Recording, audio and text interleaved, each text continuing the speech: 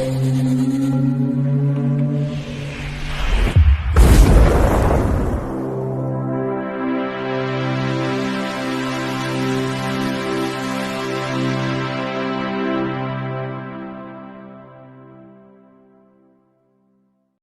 Bayek, it's me, Ian. And I'm continuing my look at the Carry On series. And it is Carry On Girls from 1973. And this is the 25th release. Wow. Yes, we're getting towards the end, I know, but wow. 25th release. And before this, we had Carry On Abroad, which was from 1972. And then after this, we've got Carry On Dick, 1974. Now, I just want to say that I think I sounded a bit more negative than I wanted to about Carry On Abroad. I think it's because, to some extent, I just felt a letdown from Carry On Matron. And I seem to be suggesting that perhaps the series was really heading towards them. Yes, they've gone into a year now, just one a year producing these films, but I think this one I really enjoyed. I think it's good. It certainly wouldn't be made nowadays, I don't think, but it has a lot in it that is really funny and stands up well, and I like the story a lot. It's just good. Anyhow, it's 84 minutes long, and Rotten Tomatoes give it 55%. And then we've got the usual team behind it, of course. Talbot Rothwell, he wrote it. It's produced by Peter Rogers, directed by Gerald Thomas, as usual. But the real headlines in this is important cast. Yes, there's no Kenneth Williams. Yes, no Kenneth Williams. But he just wasn't available to do this film. And he hasn't left the series. You know, he's in such a lot of films as Kenneth Williams. He's still very much part of the Carry On team. And then with no Hattie Jakes either, which is always sad when I don't see Hattie Jakes. But the real big headlines is that Charles Hawtrey has been dropped. He'd become very unreliable with various problems, and he's been dropped completely from the series. So that's quite a sad end. But you know, they had a whole responsibility to getting these films out, and Charles Hawtrey, he just couldn't do it anymore. So there we are. Anyway, let's get into the cast.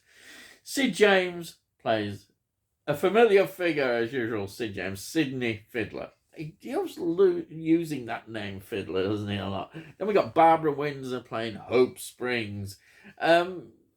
Actually, I think Barbara Windsor's really good in this. I liked her performance a bit more in that. There's quite a bit more heart in her performance, I think, in this, which is nice to see. And then we've got the ever reliable, wonderful Joan Sims. She plays Connie Philpotts.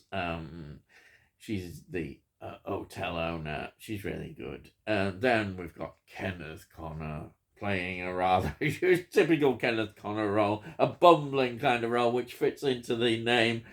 He's the mayor, Frederick Bumble. Yes, it's just so funny, isn't it?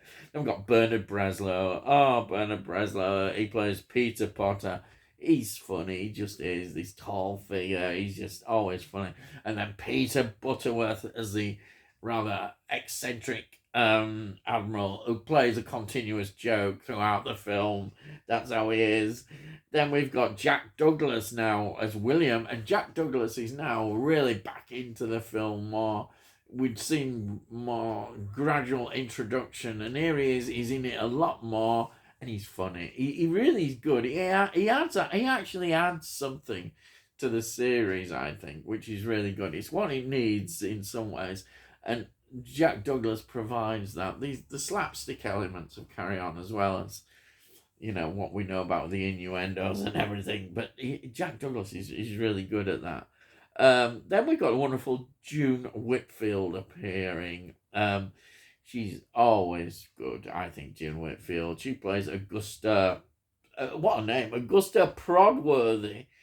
What a name. Yes. I don't to say that. Then we've got the ever reliable Patsy Rowlands, who always plays these kind of roles. She plays Mildred Bumble.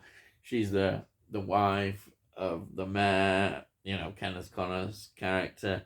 We've got Valerie Leon again. She plays Paula Perkins. I always mention 1971, Blood from a Mummy's Tomb, Hammer film that I love. She's in that. But apparently in the notes, and I don't know why, her voice was dubbed. I just don't know why that's what he said anyhow. I never noticed anything. Then we've got an actress that does pop up quite a lot in these sort of British film roles. And she goes right back. It's Joan Higson. She plays Mrs. Jukes. They're never really big roles, but they pop up. And there's a running gag with her. She goes right back to the 1940s. Amazing. She was in Carry On Constable, 1960. She was in Carry On Regardless, 1960. And Carry On Loving, 1970.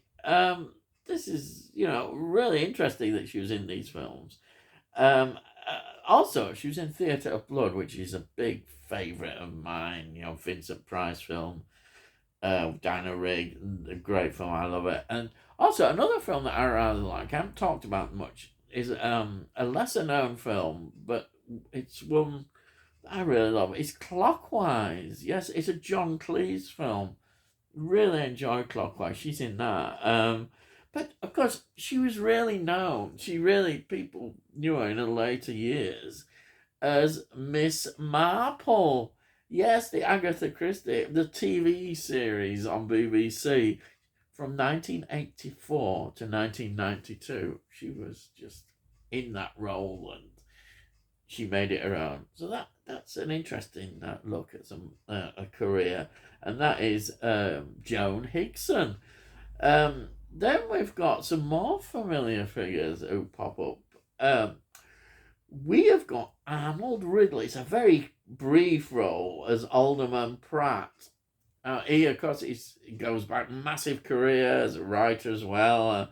But he played Godfrey in Dad's Army from 1968 to 1977. What a character. He was always there. But then the next one, who I noticed, was Bill Pertwee, who plays the fire chief. Again, not very big roles, they just pop in. And he, of course, was the ARP warden Hodges in Dad's Army. Let's say 1968, 1992. Wow. Dad's Army was a classic series. It really was. And it's just one of those that is often mentioned. And then we've got his only appearance in a Carry On film, Robin Asquith, who played Larry. Robin Asquith is a face that you can recognise and see, but he really became identified with those confession films, the sex comedy films, typical British, with the way we do deal with sex. We always laugh at it. And here he was in The Confessions of a Window Cleaner, 1974. Confessions of a Pop Performer, 1975. Confessions of a Driving Instructor, 1976. And the last one was Confessions of a Holiday Camp, 1977. Yes, imagine being recognised and known for those. Yes, he was in those films. Then we've got a reappearance by Jimmy Logan, and this is his last appearance in a Carry On film. He only made 2. He was in Carry On Abroad. He plays Cecil Gaybody. Very much a character you wouldn't really have nowadays. That's all I'm going to say. They wouldn't really put it like that, but that's how they were. It's following the John Inman kind of view that we got in Are You Being Served and all that. No, I think John Inman was great. Anyhow, that's another story in How You're Being Served. Yes. Let's also just quick look at, as you can see, the film again always looks good, and we've got the Pinewood studio filming, but we've also got another trip out to Brighton. Yes, the location work in Brighton is fantastic. It just adds that bit extra to it, and also we've got Slough Town Hall again, and Marylebone railway station in London. These all add in these bits of location filming into film. That's really great. So what is this film about? Well, it's the seaside resort. Yes, that's what you call it. That of Fircombe. Yes, and that's what I said. Fircombe. It's in crisis. It needs visitors. It needs tourists. The economy needs to be boosted. It's getting a very run down kind of place, and it's always raining, and oh no, nobody wants to come. But then, Councillor Sid Fiddler says, why don't we have a beauty contest? It'll attract all sorts to the town. We'll get in, it'll boost everything, everybody, the publicity will be fantastic. Of course, this is opposed by Councillor Augustus Prodworthy. Yes, I've managed to say that. That's June Whitfield, and she's brilliant at that. And she's like the feminist point of view as they see it in this storyline. And the film revolves around that and all the characters who are involved in the beauty contest. And it just becomes very funny. It does. It's so much. It works well. You don't feel they're just delivering the lines, and they look like they're enjoying doing this film. Again, I say, what I like about Carry On films is when they have a heart to them. When you feel that, they work even better. Than rather just being total innuendos, which has happened sometimes, I think. But this one has that. It has a really good feel to it, and you know what? It came into conflict with the censors. Yes, a Carry On film. It had to be, obviously, they see it as an A certificate, because if you put it up to an AA as a certificate as they had then, which was I think 15, it would lose a lot in terms of the audience. So they had to make some cuts in some scenes, which is interesting. But they're very conscious of doing that with censorship. And you see it now. I mean, the story and I think it ends nicely. Everything just comes together. There is more slapstick as well as the innuendo in it, and it's all the better for that as a film. And say, would it get made nowadays? Probably not. But it's interesting that people will say, "Oh, it's sort of glorifying beauty contests and things like that." But it's actually having quite a laugh and a smile at sometimes the absurdity of these contests as well. So, you could see it in that sense. Because I remember they were big in TV terms. They had to have Miss World, and all these were big programs into the mainstream. And they did get rather absurd when you watched them. And of course, there's the movement about women and all that going on, and this film kind of looks at it, but it does it in a really clever way, and it's funny. It's just funny. It just, whatever level you take this at, just take it and enjoy it. That's what it is, and it works well, and I'm really happy watching this film, because it's kind of, it really stars my face. I didn't want to sound too down on Carry On Abroad, because it was still good, but it just, I think after coming in, as I said, after Carry On Matron, it didn't feel quite the same. And whereas this feels like a big return to form for me. It's just my personal opinion, and I really loved it. I thought this worked well. I'm surprised, because I thought they were going downhill a bit more. So it's really a real pleasant surprise that this still has that fun element, but with a heart, and that's what I like about this. And that's it. Yes, I don't think I can say anymore. Yeah. And here it is. We do it again. The box set. There it is. There's a wonderful box set. Yes, fantastic box set. And that's it. Now, if you're new to the channel, please subscribe, and you can find out, when I produce videos, and have a look at the playlists and things like that, and just see what I've been producing.